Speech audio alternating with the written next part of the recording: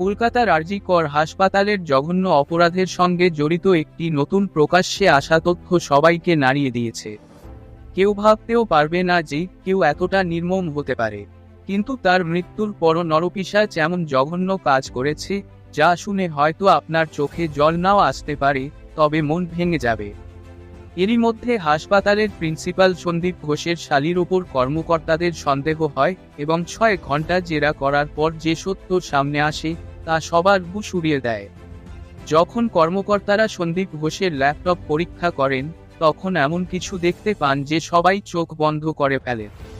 ল্যাপটপে কি পাওয়া গেছে আমরা একে একে সব বলবো, কিন্তু তার আগে যদি আপনিও চান যে জুনিয়র ডাক্তারের ন্যায় বিচার হোক, তবে ভিডিওটি লাইক করুন, কমেন্টে আপনাদের মতামত লিখুন এবং চ্যানেলটি সাবস্ক্রাইব করুন, যাতে আমরা আপনাকে এই কেসের প্রতিটি আপডেট দিতে পারি। আমি ভগবানের কাছে জানতে চাই, যখন জুনিয়র ডাক্তারের ওপর এই নরপিশাচ আক্রমণ করছিল তখন আপনি কোথায় ছিলেন? যখন তিনি চিৎকার করছিলেন তখন আপনি কি তার চিৎকার শুনতে পাননি? ন্যায় বিচার কবে হবে? জুনিয়র ডাক্তারের মা কবে বিশ্বাস করবেন যে তার মেয়ের আত্মা শান্তি পেয়েছে? সেই রাতে নরপিশাচ জুনিয়র ডাক্তারের শরীরকে দাঁত দিয়ে কেটে কেটে অত্যাচার করেছিল। তার শরীরে দাঁতের দাগ এবং লালা পাওয়া গিয়েছিল। সিবিআইকে খুঁজে বের করতে হবে যে শরীরে পাওয়া দাঁতের দাগ শুধু সঞ্জয় রায়ের নাকি আর কারো। এই কারণেই সিবিআই সঞ্জয় রায়কে একটি নরম জিনিসে দাঁত বসাতে বলে, যাতে তার দাঁতের দাগ এতে ফুটে ওঠে।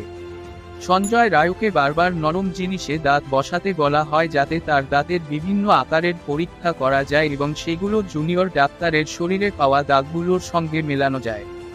এর মাধ্যমে এই ঘটনা পরিষ্কার হবে। সিবিআই এরপর সঞ্জয় রায়কে আরও কিছুবার নরম বস্তুতে দাঁত বসাতে বলে, যাতে তার দাঁতের বিভিন্ন আকারের নমুনা পাওয়া যায় এবং সেগুলোর তুলনা করা যায় জুনিয়র ডাক্তারের শরীরে পাওয়া দাগগুলোর সাথে।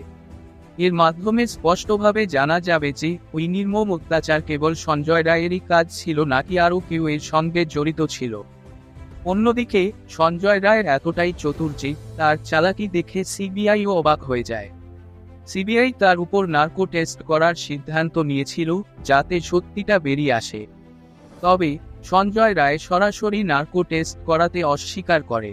নার্কো টেস্ট শুধুমাত্র ব্যক্তির অনুমতির সাপেক্ষে করা যায়, কারণ এতে গুরুতর শারীরিক বা মানসিক সমস্যা হতে পারে। এই পরীক্ষায় ব্যক্তিকে কিছু ওষুধ দেওয়া হয় যা তাকে অচেতন অবস্থায় নিয়ে যায়, যাতে সে এমন তথ্য দেয় যা সাধারণ জিজ্ঞাসাবাদে দেয় না। এখন প্রশ্ন হলো, সঞ্জয় রায় নার্কো টেস্ট করতে রাজি হলো না কেন? তার মনের মধ্যে আসলে কি চলছে?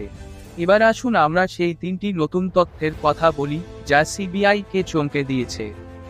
প্রথমত, সিবিআই জানিয়েছে যে প্রিন্সিপাল সন্দীপ ঘোষকে জানানো আগে কর্মকর্তারা জুনিয়র ডাক্তারের বাবা মাকে ডেকে জানান যে তাদের মেয়ে আত্মহত্যা করেছে। তদন্ত চলছে এই বিষয়ে। যদি সন্দীপ ঘোষ অপরাধের ব্যাপারে কিছুই জানতেন না, তাহলে তার সহকর্মীরা কেন হাসপাতালের সেমিনার হলে উপস্থিত ছিলেন? দ্বিতীয়ত, সিবিআই সন্দীপ ঘোষের ল্যাপটপ থেকে কয়েকটি চমকপ্রদ তথ্য পেয়েছে। ল্যাপটপে বেশ কয়েকটি নগ্ন পুরুষের ছবি পাওয়া গেছে যা তদন্তকারীদের হতবাক করেছে। এর আগে 2017 সালে হংকংয়ের কুইন এলিজাবেথ হাসপাতালে সন্দীপ ঘোষের বিরুদ্ধে এক পুরুষ নার্সকে যৌন হেনস্থার অভিযোগ ওঠে। তখনও তিনি নিজের অপকর্মগুলোকে ভুল বোঝাবুঝি বলে দাবি করেছিলেন। তৃতীয়ত, এই তদন্তের সময় আরজি কর মেডিকেল কলেজে আর্থিক অনিয়ম এবং দুর্নীতির ঘটনা প্রকাশ্যে এসেছে। সন্দীপ ঘোষকে এই আর্থিক দুর্নীতি ও অনৈতিক কাজের কারণে গ্রেফতার করা হয়েছে। সিবিআই তার বেশ কয়েকটি স্থানে তল্লাশি চালিয়েছে এবং তার আত্মীয়দের কাছ থেকেও গুরুত্বপূর্ণ প্রমাণ উদ্ধার করেছে। এখন সময় এসেছে বিচার ও সত্য উদ্ঘাটনের। সিবিআই ও সংশ্লিষ্ট কর্তৃপক্ষ এই জঘন্য অপরাধের প্রতিটি দিক খতিয়ে দেখছে এবং অপরাধীদের শাস্তি নিশ্চিত করতে কাজ করে যাচ্ছে। সন্দীপ ঘোষের আর্থিক অনিয়ম ও দুর্নীতি কেবল হাসপাতালের মধ্যেই সীমাবদ্ধ নয়, বরং তার ব্যক্তিগত জীবনেও এর গভীর প্রভাব রয়েছে।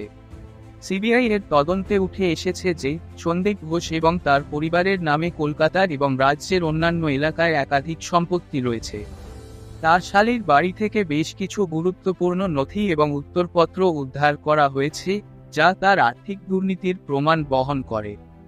সন্দীপ ঘোষের স্ত্রী সঙ্গীতা এবং শালী অর্পিতা বেরা, যিনি বিমানবন্দরের কাছাকাছি একটি বাড়িতে থাকেন, তাদেরও জিজ্ঞাসাবাদ করা হয়েছে। তদন্তকারীরা সন্দীপ ঘোষের আত্মীয়দের বাসস্থান থেকে কিছু গোপন নথি এবং অর্থ লেনদেনের কাগজপত্র উদ্ধার করেছে, যা প্রমাণ করে যে তিনি শুধু আরজি কর হাসপাতালের নয়, বরং আরও বড় পরিসরের দুর্নীতিতে জড়িত ছিলেন। এদিকে জুনিয়র ডাক্তারের পরিবারের ওপর এখনও শোকের ছায়া ভর করে আছে।